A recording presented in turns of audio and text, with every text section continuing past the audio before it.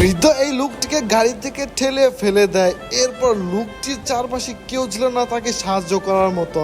এরপর কুকুরটি তার কাছে আসে এবং তার গা ঘষে মধ্যে বুঝে যে সে লোকটি অসহায়। এরপর কুকুরটি সেই লোকটিকে একটা ফার্মেসিতে নিয়ে যায় এবং তাকে চিকিৎসা করে। এরপর লোকটিকে বাড়ি পৌঁছে দেয়। তো এরপর কি হয় সেটা দেখার আগে আপনি যদি আল্লাহর ইনামটিকে ভালোবেসে থাকেন তাহলে ভিডিওটিতে লাইক দিয়ে চ্যানেলটিকে সাবস্ক্রাইব করুন। বাড়ি পৌঁছে দেওয়ার পর লোকটিও যেহেতু একা থাকে এবং কুকুরটিও একা ছিল রাস্তায়, তাই তাদের দুজনের মধ্যে বন্ধুত্ব হয়ে যায় এবং তারা দুজনে একসাথে থাকতে শুরু করে।